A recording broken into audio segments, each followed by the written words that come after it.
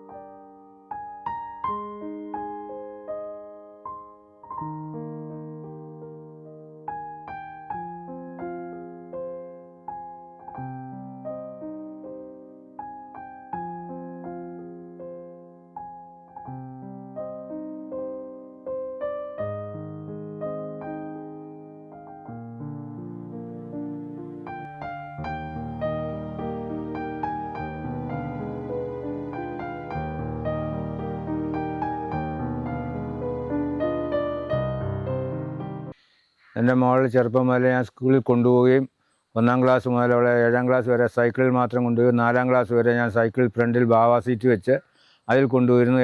5 class മുതൽ അവൾക്ക് എൻ്റെ കയ്യിൽ ഒതുങ്ങാത്ത കാലമായപ്പോൾ പ്രത്യേകം ഞാൻ കർത്താവിനോട് പ്രാർത്ഥിക്കുകയും കർത്താവ് എനിക്കൊരവസരം ഒരുക്കി തന്ന് സൈക്കിളിൻ്റെ പുറകിൽ കസേര പോലെ ഒരു കയറ് പണിയുവാനും അവളെ എഴുത്തിയിരുത്തിയിട്ട് അത് ലോക്ക് ചെയ്ത് അവളെ ഭദ്രമായിട്ട് കൊണ്ടുപോകാനും കർത്താവ് 7 വർഷത്തോളം എനിക്കിടയാക്കി.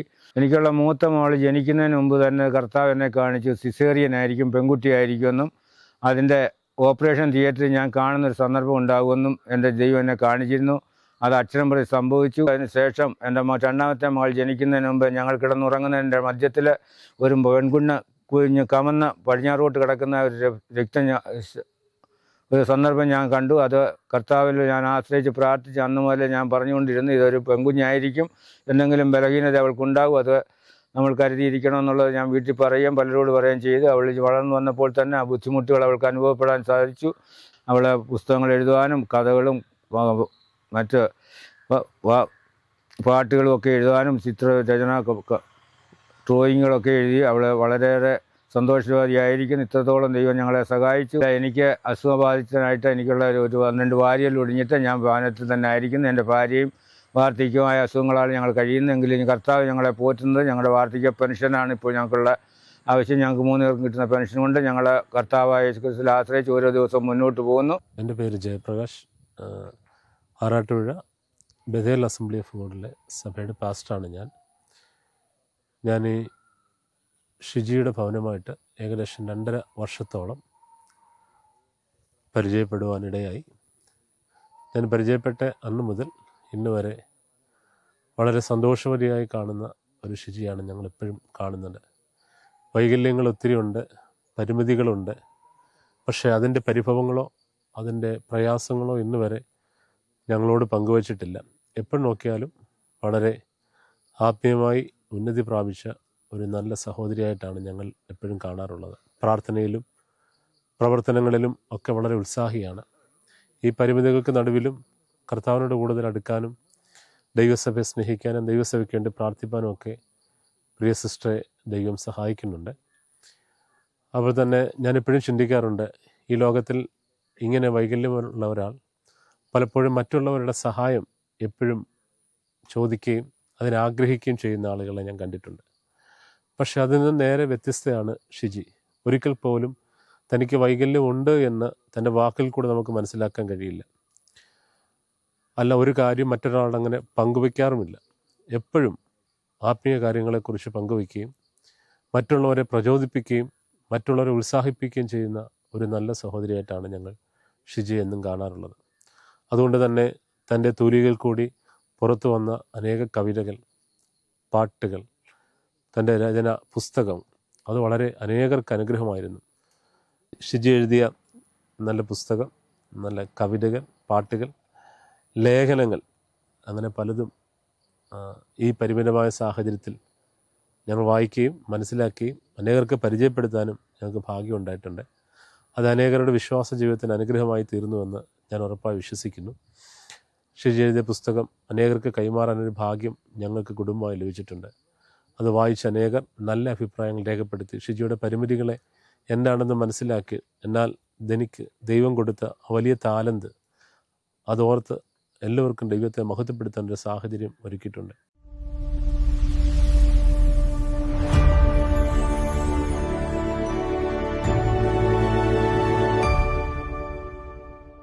അപ്പോൾ ഷിജിയോടൊപ്പമുള്ള നമ്മുടെ ജീവിതയാത്ര തുടരുകയാണ്. എനിക്ക് തോന്നുന്നത് നമ്മുടെ ജീവിതത്തിലെ അതുല്യമായിട്ടുള്ള ഒരു യാത്രാ അനുഭവമായിരിക്കും ഷിജിയോടൊപ്പമുള്ള യാത്ര എന്ന് കരുതുന്നു. നമ്മൾ വീണ്ടും ഷിജിയുടെ ജീവിതത്തിലേക്ക് കടക്കുകയാണ്. ഷിജിയുടെ ജീവിതത്തിൽ ദൈവം നടത്തിയിട്ടുള്ള വഴികൾ, അത്ഭുതകരമായിട്ടുള്ള ദൈവിക ഇടപെടലുകൾ, തൻ്റെ പ്രാർത്ഥന കേട്ട ദൈവത്തിൻ്റെ പെട്ടെന്നുള്ള ഉത്തരങ്ങൾ, തന്നെ ദൈവം ദർശനങ്ങളിലൂടെ പല കാര്യങ്ങളും കാണിച്ചു കൊടുത്തിട്ടുള്ള അനുഭവങ്ങളൊക്കെ നമ്മൾ കേട്ടു. ഇനിയും അതിലും ആഴത്തിലേക്ക് ഷിജിയെ ദൈവം കൊണ്ടുപോയിട്ടുള്ള ചില അനുഭവങ്ങൾ നമ്മൾ കേൾക്കാനായിട്ട് പോവുകയാണ്. ഈ ചെറിയ കട്ടിൽ നിന്നും ലോകത്തെ മൊത്തം രൂപാന്തരപ്പെടുത്തുവാൻ കഴിയുന്ന, പരിവർത്തനം വരുത്തുവാൻ കഴിയുന്ന ഇടപെടലുകളിലേക്ക് ഷിജിയെ നടത്തിയ ചില അനുഭവങ്ങളിലേക്ക് നമ്മൾ പോവുകയാണ്. നമുക്ക് വീണ്ടും ഷിജിയോടൊപ്പം യാത്ര തുടരാം. ഓക്കെ, അപ്പോൾ ഷിജി അങ്ങനെ ഫോണൊക്കെ കിട്ടി, ഒരു ചെറിയ മൊബൈലിൽ നിന്നും ഒരു ആൻഡ്രോയിഡ് ഫോണിലേക്ക് എത്തി. അത് പിന്നെ ഷിജി എങ്ങനെ അത് ഉപയോഗിക്കാനൊക്കെ പെട്ടെന്ന് പഠിക്കാനൊക്കെ പറ്റിയോ? ഷിജിയുടെ ഈ ആരോഗ്യസ്ഥിതി വെച്ചോണ്ട് അതൊക്കെ അത് പഠിപ്പിച്ചു തന്നു എൻ്റെ കൂട്ടുകാരാ. അപ്പോൾ ലിനു എന്നും പറഞ്ഞൊരു കൂട്ടുകാരി വന്ന് ആദ്യം വന്ന് പറഞ്ഞു തന്നു എനിക്ക് വാട്സപ്പ് ഉപയോഗിക്കുന്ന കാര്യങ്ങളെല്ലാം പഠിപ്പിച്ചു തന്നു.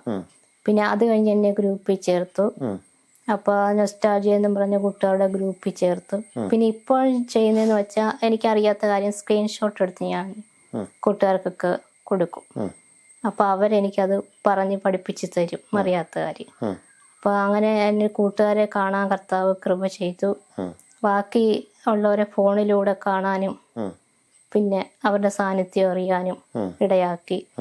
അപ്പോൾ സക്കായി യേശുവിനെ ഒന്ന് കാണാനാ ആഗ്രഹിച്ചത്. പക്ഷെ സക്കായുടെ കൂടെ പാർത്തവനാ നമ്മുടെ കർത്താവിൻ്റെ ഒരു സ്വഭാവം ചോദിച്ചതും നനച്ചതിലും അത്യന്തം പരമായി ചെയ്തു തരുന്നു. അതുപോലെ ഈ ഫോണിനെ കുറിച്ച് പറയാൻ മറ്റൊരു കാര്യം കൂടെ. അപ്പോൾ ഫോൺ കിട്ടിയ സമയത്തെന്ന് വെച്ചാൽ ഞാൻ ഈ ഇരിക്കുന്നിടത്ത് നെറ്റ് റേഞ്ച് ഒന്നും ഇല്ലായിരുന്നു. അപ്പോൾ വാട്സപ്പിൽ തന്നെ ഒരു വീഡിയോയോ വോയിസ് മെസ്സേജോ വന്നു കഴിഞ്ഞാൽ മണിക്കൂറുകൾ അവിടെ കിടന്ന് കറങ്ങത്തേ ഉള്ളു. അപ്പോൾ പിന്നെ പപ്പായും അമ്മയും ആ ഫോണും കൊണ്ട് മുറ്റത്തിറങ്ങിപ്പോയിട്ട് റേഞ്ച് ഉള്ളത് എവിടാന്ന് നോക്കിയിട്ട് ആ വീഡിയോ ഒക്കെ ഡൗൺലോഡ് ആക്കി കൊണ്ടുതരും. അപ്പൊ ഈ ഒരു അവസ്ഥ ഒരു വർഷത്തോളം തുടർന്നു. അത് കഴിഞ്ഞ് എൻ്റെ കർത്താവ് ചെയ്ത കാര്യം എന്ന് പറഞ്ഞാല് ഞങ്ങളുടെ സമീപത്ത് തന്നെ ജിയോയുടെ ഒരു വലിയ ടവർ സ്ഥാപിക്കാനിടയായി. അന്ന് കോവിഡിന്റെ ലോക്ക്ഡൌണിന്റെ ഒക്കെ സമയമായിരുന്നു. വിദ്യാർത്ഥികളുടെ പഠന സൗകര്യത്തിന് വേണ്ടി അത് ചെയ്തത്. പക്ഷെ ഞാൻ പറയുന്ന എൻ്റെ കർത്താവ് എനിക്ക് വേണ്ടിയാ അതവിടെ കൊണ്ട് സ്ഥാപിച്ചത്. കാരണം തൻ്റെ ജനത്തിന് കാടപ്പശ്യ വരുത്തി കൊടുത്തവനാ നമ്മുടെ കർത്താവ്. അപ്പൊ മുറ്റത്തോട്ട് ഇറങ്ങിപ്പോയി ഇതും വീഡിയോയും ഒന്നും കാണാനൊക്കാത്ത എനിക്ക് ഞാനിരിക്കുന്ന ഈ കട്ടിലോട്ട് കർത്താവ് നല്ല നെറ്റ് റേഞ്ചും ഒക്കെ തന്നു. അതിൽ പിന്നാണ് ഫേസ്ബുക്ക്, യൂട്യൂബ് കാണാന്, സൂമിനൊക്കെ കയറാൻ പറ്റിയത്. അതെ. അപ്പൊ ഞാനിത് പറഞ്ഞു വരുമ്പോ എത്ര ധന്യമായിട്ടുള്ള വാക്കുകളാ. ഇരിക്കുന്ന ഇരിപ്പിൽ നിന്ന് ഒരിഞ്ച് അങ്ങോട്ടും ഇങ്ങോട്ടും ഇതുവരെ ഷിജിക്ക് സ്വയമായിട്ട് ചലിക്കാൻ പറ്റിയിട്ടില്ല. കുറേ സമയമായിട്ട് ഒറ്റ ഇരിപ്പിലിരിക്കുക. പക്ഷെ എന്നിട്ട് പോലും തൻ്റെ മനസ്സിൽ ആ പ്രത്യാശയുടെ വാക്കുകൾ പറയുന്നതിന് യാതൊരു ലോഭവുമില്ല. കാരണം അനുഭവം അത്ര തീവ്രമായിരുന്നു. തൻ്റെ വീടിൻ്റെ അകത്തെ ആ പരിമിതമായിട്ടുള്ള നെറ്റ്വർക്ക് ഫെസിലിറ്റി കാരണം ഒരു ടവർ തന്നെ തനിക്ക് തൻ്റെ വീടിന് മുറ്റത്ത് സ്ഥാപിച്ചു കൊടുത്ത ദൈവത്തിൻ്റെ പ്രവൃത്തി എത്ര വലുതാണ്. താൻ തൻ്റെ കൂട്ടുകാരെ ഒന്ന് കാണാൻ കൊതിച്ചു. സക്കായിയുടെ ഉദാഹരണം പറഞ്ഞ് താൻ പറഞ്ഞില്ലേ, നമ്മുടെയൊക്കെ ജീവിതത്തിൽ ഓർത്തെടുക്കേണ്ടുന്ന ചില അനുഭവങ്ങൾ ഒരുപക്ഷെ ഇതിന് സമാനമായിട്ടുണ്ടാകും. അതൊന്ന് ഓർപ്പിക്കാനാണ് ഞാൻ ഇടയ്ക്ക് ഒന്ന് തിരിഞ്ഞ് ക്യാമറയിലേക്ക് നോക്കിയത്. ഷീ തുടരുകയാണ്. അത് ഫോണിൻ്റെ അനുഭവങ്ങളാണ്. അപ്പോൾ ഈ ഫോൺ കിട്ടിയതിന് പിന്നിലൊരു ദൈവിക വായ്ത്തത്വം കിടപ്പുണ്ട്. കർത്താവ് എന്നോട് പറഞ്ഞായിരുന്നു യേശുവിൻ്റെ സാക്ഷിയാകണമെന്ന്. അപ്പോൾ വായ്ത്തത്വം തന്ന സമയത്ത് എനിക്ക് ഇങ്ങനൊരു ഫോണില്ല, ചെറിയൊരു സാധാ ഫോണായിരുന്നുള്ള, നെറ്റ് കണക്ഷനും വാട്സപ്പും ഒന്നും ഇല്ലാത്ത.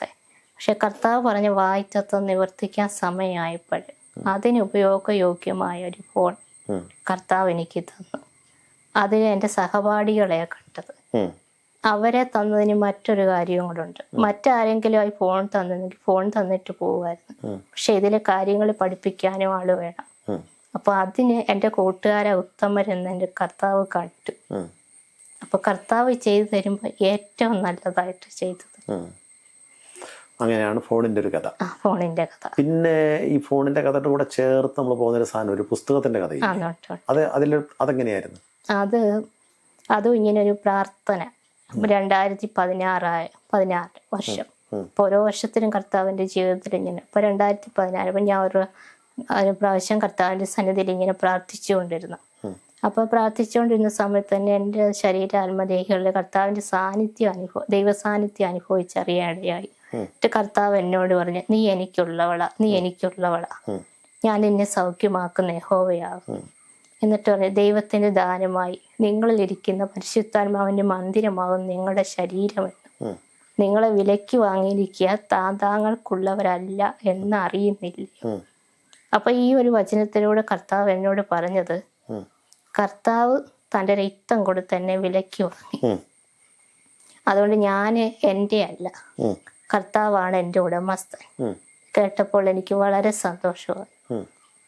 കർത്താവാണ് എൻ്റെ ഉടമസ്ഥനെങ്കിൽ പിന്നെ ഞാനെന്തിനാ എൻ്റെ ശാരീരിക പ്രയാസത്തെക്കുറിച്ച് എന്തിനു ഖേദിക്കണം? കർത്താവ് നടത്തുവോ നടത്താതിരിക്കുവോ എല്ലാം അവിടുത്തെ ഇഷ്ടം പോലെ, അങ്ങയുടെ ഇഷ്ടം പോലെ ആകട്ടെന്ന് ഞാൻ പറഞ്ഞു. ഇങ്ങനെ പറഞ്ഞുകൊണ്ടിരിക്കുക എൻ്റെ ഹൃദയ സ്വർഗീയമായ പുതുജീവ സന്തോഷ സമൃദ്ധിയാലങ്ങ് നിറഞ്ഞു.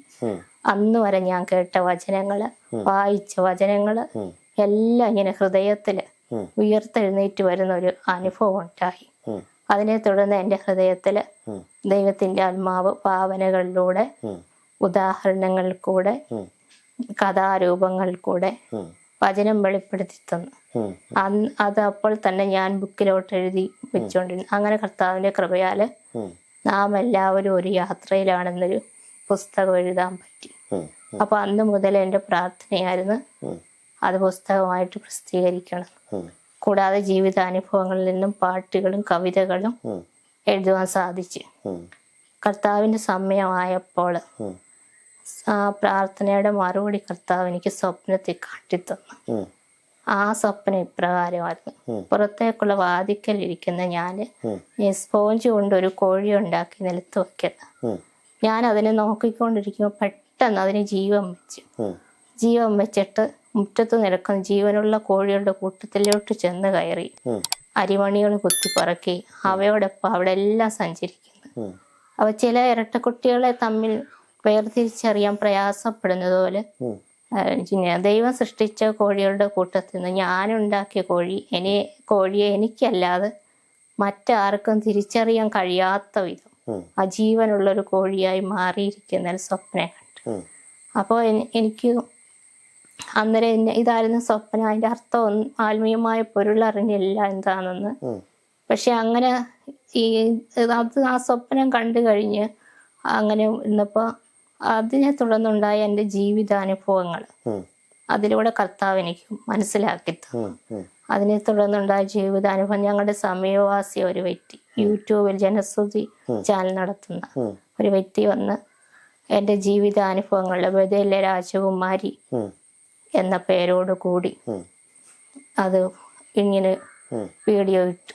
അത് കാണാനായ ഇടയായ ചില കർത്താവിന്റെ പ്രിയാവിഷിത്തര് എൻ്റെ പുസ്തകത്തിന്റെ കാര്യത്തില് മുൻകൈയെടുത്ത് പ്രവർത്തിക്കുകയും അതിനെ തുടർന്ന് പല ദൈവമക്കളുടെയും യുണീക്ക് മീഡിയയുടെയും സ്നേഹ സഹകരണത്തോടുകൂടെ 2024 ജനുവരിയിൽ ആ പുസ്തകം പ്രസിദ്ധീകരിക്കാൻ കർത്താവ് കൃപ ചെയ്തു. എൻ്റെ ശാരീരിക സ്ഥിതിയും ഭവനത്തിന്റെ സാമ്പത്തിക സ്ഥിതിയും വെച്ച് നോക്കിയാൽ ഈ കാര്യങ്ങൾ എനിക്ക് അസാധ്യമാണ്. എന്നാൽ പ്രാർത്ഥന കേൾക്കുകയും പ്രാർത്ഥന കേൾക്കുന്ന വിശ്വസ്തനായ ദൈവം ഈ കാര്യങ്ങളെല്ലാം എനിക്ക് സാധ്യമാക്കി തന്നു. അപ്പോൾ ആ സ്വപ്നത്തിൻ്റെ പൊരുളെന്ന് പറഞ്ഞത് മരിച്ചവരെ ജീവിപ്പിക്കുകയും ഇല്ലാത്തതിനെ ഉള്ളതിനെ പോലെ വിളിക്കുകയും ചെയ്യുന്ന ദൈവം, ആ സർവശക്തനായ എൻ്റെ ദൈവം എൻ്റെ ജീവിതത്തിലെ വിഷയങ്ങളുടെ മേലെ തൊട്ടതിനാൽ അതിന് ജീവൻ വെച്ച് അത് ചലിക്കുവാൻ തുടങ്ങി. പരിഹാരം ഉണ്ടായി. അതെ, അതാണ് പുസ്തകമാണ് അല്ലേ? അതെ, ആ പുസ്തകമാണ്. 154 പേജുണ്ട്. ആ പുസ്തകമാണ് ഇത്. 154 പേജുണ്ട് അല്ലേ? അനുഗ്രഹിക്കപ്പെട്ട ഒരു പുസ്തകമാണ്. എനിക്ക് തോന്നുന്നു ഈ പുസ്തകം കൈകൊണ്ട് ബുക്കിലല്ലേ എഴുതിയത് ആദ്യം? അതെ, ബുക്കിലാണ് എഴുതിയത്. അതിനൊരു ചരിത്രം ഉണ്ടല്ലോ ബുക്കിൽ എഴുതിയിട്ട്. ചരിത്രമുണ്ട്. അതെന്ത് പറ്റി ആദ്യത്തെ കൈയെഴുത്ത് പ്രതി? അത് ഞാൻ എൻ്റെ ഒരു കസിൻ ബ്രദർ വന്നപ്പോഴ് കൊടുത്തു വിട്ടു. അപ്പൊ ആ കസിൻ ബ്രദർ മുഖാന്തരം ഒരു പാസ്റ്റങ്ങൾ പറഞ്ഞ് ഗുഡ് ന്യൂസിൽ പ്രസിദ്ധീകരിക്കാന്ന് പറഞ്ഞ് അങ്ങനെ കുറേശ്ശെയായിട്ട് ചെയ്യാനിരുന്ന. പക്ഷെ ഇങ്ങനെ ചെയ്യാനിരുന്ന സമയത്ത് കർത്താവിന്റെ ദാസൻ നിത്യതയിൽ ചേർക്കപ്പെട്ടു. പക്ഷെ കർത്താവ് എന്നെ അത് സ്വപ്നത്തിൽ കാണിച്ച് എന്നെ പോലെ പോയി. അപ്പൊ ഞാൻ വിളിച്ചു ചോദിച്ചപ്പം പോയെന്ന് പറഞ്ഞ്. അപ്പം വേറെ ശാരീരിക പ്രയാസം ഉണ്ടായിരുന്നു. അപ്പൊ കോവിഡിന്റെ സമയം കൂടായിരുന്നു. അങ്ങനെ അത് പിന്നെ ഞാൻ ആ ഹസിൻ ബദറിനോട് ചോദിച്ചു അതൊക്കെ ഒന്ന് അന്വേഷിക്കാൻ. പക്ഷെ അത് അവിടെ നഷ്ടപ്പെട്ടെന്ന് അറിയത്തില്ല. പിന്നെ ഞാൻ വീണ്ടും എഴുതി. ഒന്നാമത്തെ കൈയെഴുത്ത് പ്രതി കൈപ്പറ്റിയ ആള് നിത്യത ചേർക്കപ്പെട്ടതുകൊണ്ട് ആ പ്രതി അവിടെ കാണാതെ പോയി. അത് കാണാതെ വീണ്ടും ഒന്നേന്ന് പുസ്തകം എഴുതി. രണ്ടാമത്തെ കൈയെഴുത്ത് പ്രതി. രണ്ടാമത്തെ കൈയെഴുത്ത് പ്രതിയാണ് പുസ്തകമാക്കാൻ ശ്രമിച്ചത്. പക്ഷെ അത് ടൈപ്പ് ചെയ്യുമ്പോ തന്നെ വേറൊരു കാര്യം കൂടെ സംഭവിച്ചായിരുന്നല്ലോ. ഫോണിനകത്ത് ടൈപ്പ് ചെയ്ത് എല്ലാം ടൈപ്പ് ചെയ്തത് ഞാൻ തന്നെയാണ് ടൈപ്പ് ചെയ്ത് അയച്ചത്. അപ്പൊ വാട്സപ്പിൽ ഇങ്ങനെ കുറച്ചായിട്ട് അതെങ്ങനെ ചെയ്തത്? ഈ ഫോണിനകത്തെല്ലാം ഈ പുസ്തകം മൊത്തം പിന്നെ കൈ കൊണ്ട് എഴുതി പേന കൊണ്ട് എഴുതിയ ബുക്കിൽ നിന്നും ഫോണിനകത്തേക്ക് എത്ര വേഗത്തിൽ? ഫോണിനകത്തോട്ട് ഈ കോപ്പി ചെയ്ത് നിർത്തുമല്ലോ നമ്മള്, അങ്ങനെ കുറച്ചായിട്ട് നിർത്തി അങ്ങനെ ചെയ്തത്. അങ്ങനെ ചെയ്താണ് അയച്ചത് മൊത്തം അങ്ങനെ ചെയ്തു. അങ്ങനെയാണ്. അപ്പം ഷിജിയുടെ പുസ്തകത്തിൻ്റെ ദർശനങ്ങളും കാര്യങ്ങളും നമ്മൾ കേട്ടല്ലോ. താനെ കൈയെഴുത്ത് പ്രതി വളരെ മനോഹരമായിട്ട് 2-3 ബുക്കിലായിട്ട് അത് എഴുതി. അത് നഷ്ടപ്പെട്ടു പോയി. വീണ്ടും രണ്ടാമത്തെ കൈയെഴുത്ത് പ്രതി എഴുതി അത് ടൈപ്പ് ചെയ്ത് പുസ്തകമാക്കാനായിട്ട് കൊടുത്തു. പക്ഷേ അതിൻ്റെ ഒത്തിരി സമയമെടുത്തു. ഇതിനിടയിൽ ഷിജിക്കൊരു ഫോൺ കൂട്ടുകാർ കൊടുത്തു. ആ കൊടുത്ത ഫോൺ അതിനകത്തൂടെ എഴുതാനായിട്ട് ഷിജി പഠിച്ചു. ഈ ബലഹീനമായ ശരീരത്തിൽ ഈ എടുത്തു വെക്കാൻ പറ്റാത്ത എന്ന് പറഞ്ഞാൽ തൻ്റെ കൈയൊക്കെ എടുത്ത് ഉയർത്താനൊക്കെ പ്രയാസങ്ങളുണ്ടെങ്കിലും താൻ വിരലുകൊണ്ട് അത് എഴുതി. ചുരുക്കത്തിൽ പറഞ്ഞാൽ തൻ്റെ ഈ 154 പേജുള്ള പുസ്തകത്തിൻ്റെ മുഴുവൻ അക്ഷരങ്ങളും തനിക്ക് സമ്മാനമായി കിട്ടിയ ഫോണിനകത്ത് താൻ തന്നെ എഴുതി. നേരെ അത് ടൈപ്പ് സെറ്റിങ് മാത്രമേ, ലേഔട്ട് മാത്രമാണ് ചെയ്തേക്കുന്നത്. ടൈപ്പ് ചെയ്യാതെ ലേഔട്ട് ചെയ്ത് ഡിസൈൻ ചെയ്ത് അത് പ്രിൻറ്റിന് വിടത്തക്ക രീതിയിൽ ചെയ്യാനായിട്ടുള്ള ഒരു അത്രയും അതിനകത്ത് ഉത്സാഹം കാണിച്ച് അല്ലെ സമർപ്പിതമായിട്ട്. ഒരുപക്ഷെ നമ്മളൊക്കെ ജീവിതത്തിൽ പലപ്പോഴും പല കാര്യങ്ങളും മാറ്റി വയ്ക്കുകയും അലസമായിട്ടൊക്കെ പിന്നാട്ടെന്നൊക്കെ പറയുമ്പോഴും ബലഹീനമായിട്ടുള്ള ശരീരമുള്ള ഈ സഹോദരി താൻ നേരത്തെ സൂചിപ്പിച്ചതുപോലെ ഉച്ച വരെ ഉള്ള സമയമെടുക്കും തനിക്കൊന്ന് തൻ്റെ പ്രാഥമിക കാര്യങ്ങളൊക്കെ ചെയ്തു വരാൻ. പിന്നൊന്ന് കിടന്നുറങ്ങി എഴുന്നേൽക്കുമ്പോഴാണ് ക്ഷീണം ഒന്ന് മാറുന്നത്.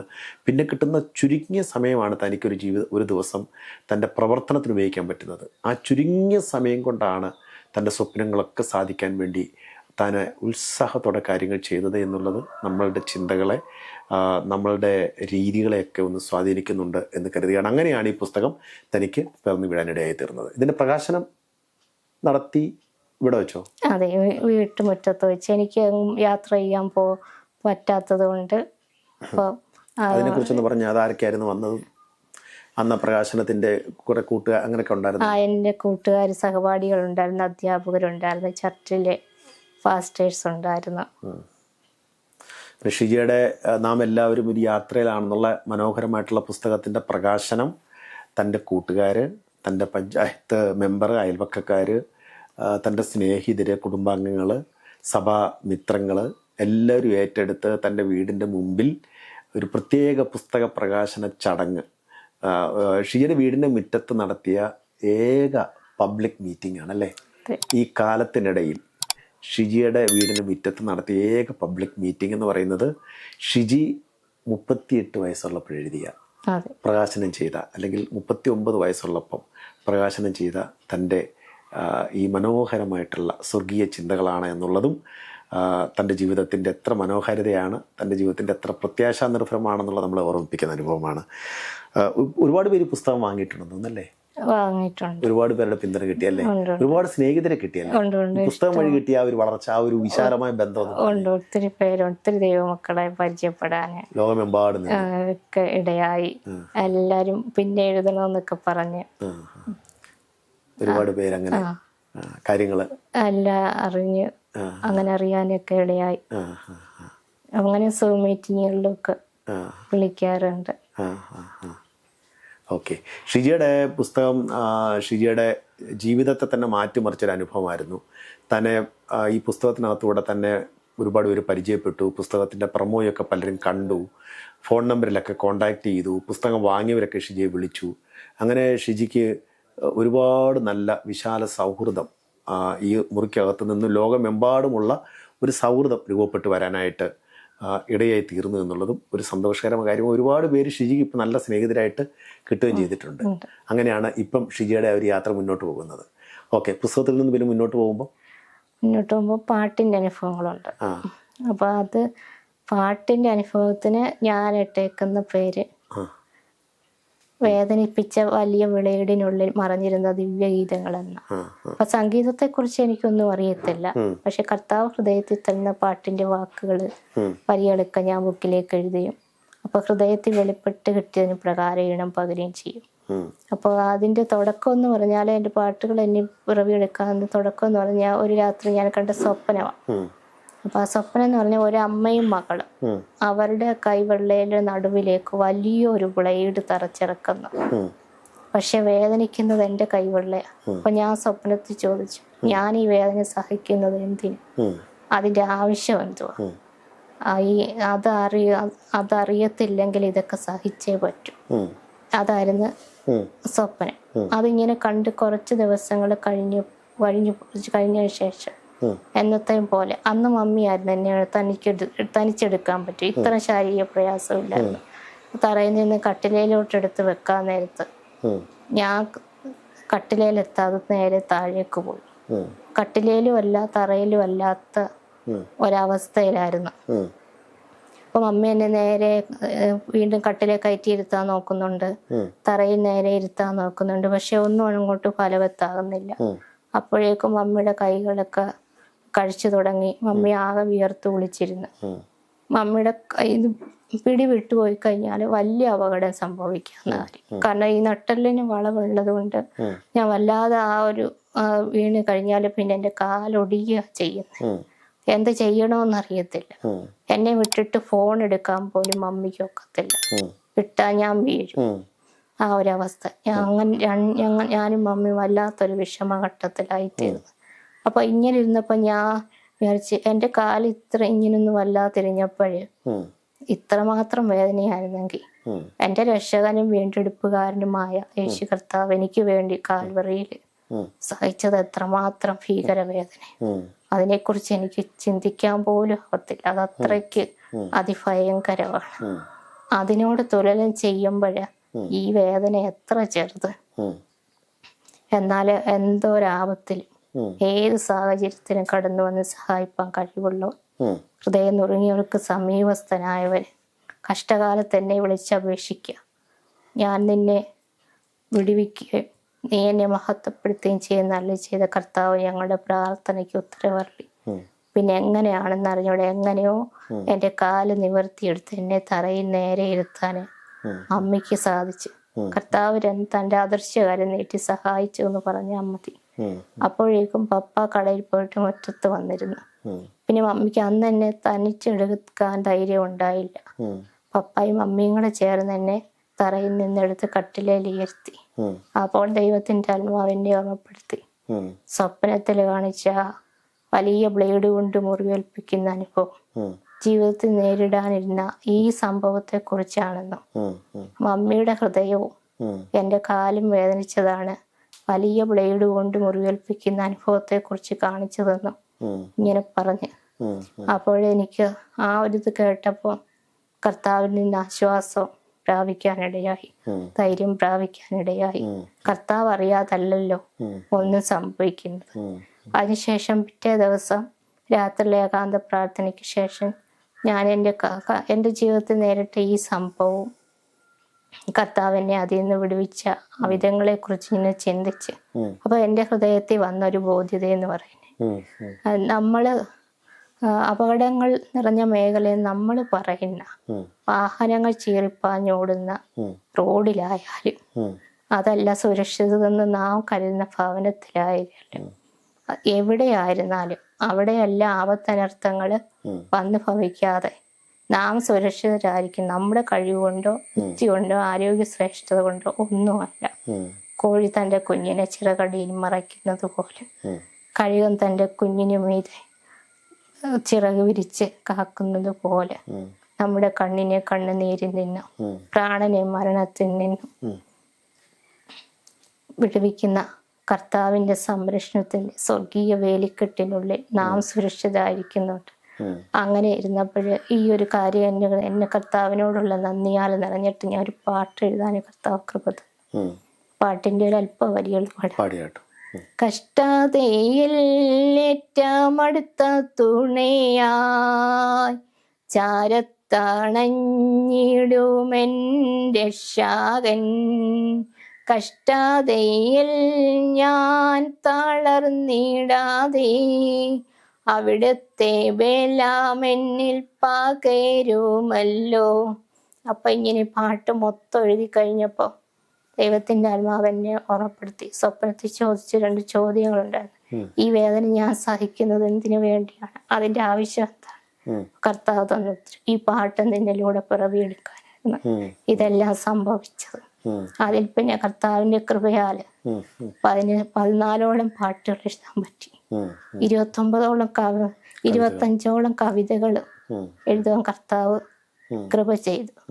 പാട്ടുകൾ ഒഴികെ ബാക്കിയൊക്കെ പ്രസിദ്ധീകരിക്കാനും കർത്താവ് കൃപ ചെയ്തു. അപ്പൊ ഈ ഒരു അനുഭവത്തിൽ നിന്ന് കർത്താവ് എന്നെ പഠിപ്പിച്ച കാര്യം എന്ന് പറഞ്ഞാൽ, ദൈവഭക്തന്മാരുടെ ജീവിതത്തിലുണ്ടാകുന്ന വിഷമഘട്ടങ്ങളിൽ ദൈവത്തിന്റെ ഇടപെടലുകൾ ഉണ്ടാകുകയും അവരെ പിന്നീട് ആശ്വാസഗീതങ്ങളായി, സങ്കീർത്തനങ്ങളായി, വിശുദ്ധ ലേഖനങ്ങളായി അനേകരെ രൂപപ്പെടുത്തുന്ന, അനേകരെ ബലപ്പെടുത്തുന്ന ഇതായിട്ട് മാറി വരാനുള്ള അതിന് നല്ലൊരു ഉദാഹരണം ദാവീദ്.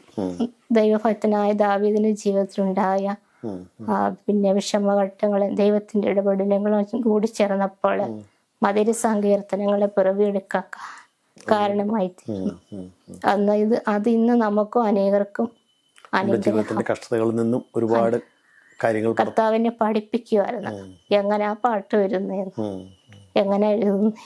അപ്പൊ അങ്ങനെ ദൈവത്തിന്റെ ഒരുപാട് അത്ഭുതങ്ങളും അനുഭവങ്ങളും ഒക്കെ അനുഭവിച്ചതെല്ലാം ഈ കഷ്ടതയിൽ ദൈവത്തിന്റെ കരുതലും കാവലും ഒക്കെ ഉണ്ടായതെല്ലാം പല പാട്ടുകളായിട്ടും രചനകളായിട്ടും കവിതകളായിട്ടും എല്ലാം പുറത്തു വരാൻ കർത്താവ് ഇടയാക്കി. അങ്ങനെ ഒരു പ്രത്യാശ നിർഭരമായിട്ടുള്ള ജീവിതം മുന്നോട്ട് പോവുക.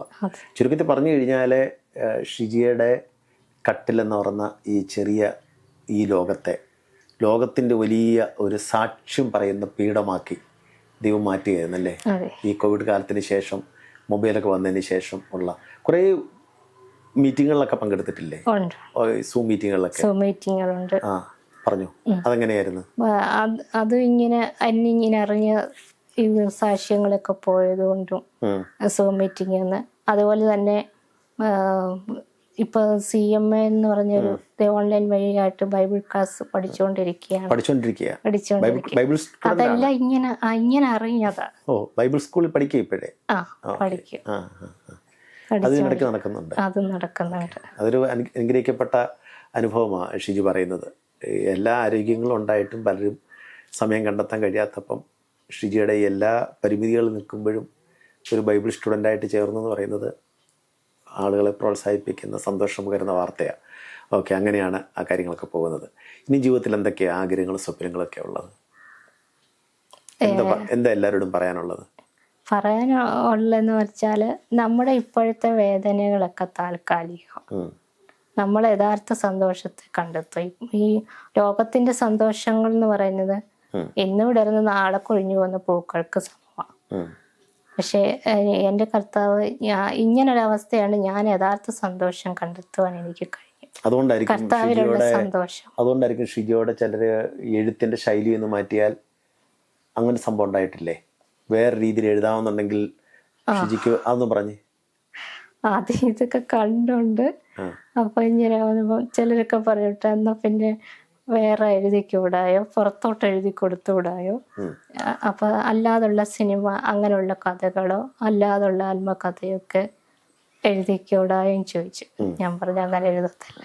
എൻ്റെ കർത്താവൻ എന്നെ ഇവിടെ ഇത്രത്തോളം കൊണ്ടെത്തിച്ചത് എൻ്റെ കർത്താവിനെ കൂടാതുള്ള നന്മയൊന്നും എനിക്ക് വേണ്ട, അങ്ങനെ എഴുതത്തില്ല.